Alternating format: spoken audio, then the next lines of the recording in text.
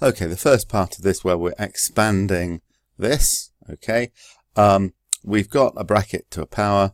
You have to do that thing where you go from a bracket starting with 8 to the power of a third to a big bracket where we've got something times a bracket with a 1 in it, all to the power of 1/3. So we're going to have something to a power times a bracket with a 1 in it to a power, and that's going to become a number or a fraction times 1 plus, so you do a binomial expansion in here. Plus, you'll need the next term as well. I can't be bothered. And then having done all of that, you simplify, you multiply by this number here.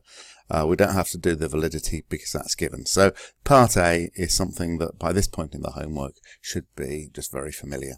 Part B, okay, we've now got to use that expansion, okay, with a suitable value of x to obtain an approximation to this. So we've got to try and work out what that means. So we know that x minus 8 minus 3x to the power of 1/3, okay, all right, is a series.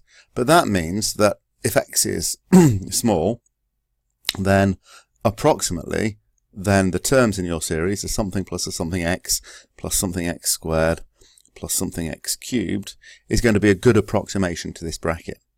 So what do I want an approximation to? I want an approximation to the cube root of 7.7, okay? And I'm going to get that by putting an appropriate x into this formula, okay? So what we do is we need, okay, the 8 minus 3x to the power of 1/3. Well, the simplest case, and I think that'll work it here, is when the 8 minus 3x to the power of 1/3 is exactly the cube root of 7.7.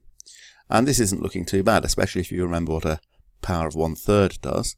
So you reason from this, okay, you might need a couple of lines where you actually solve an equation from this, but you reason from this to work out what a value of x is. Once you've got the x value for which this correspondence works, you can then say, okay, so I can make this equal that by using this particular x value. So I just substitute x into the expansion and work it out, and that will give me my approximation, which I need to give to the specified degree of accuracy. So I hope that helps on that one.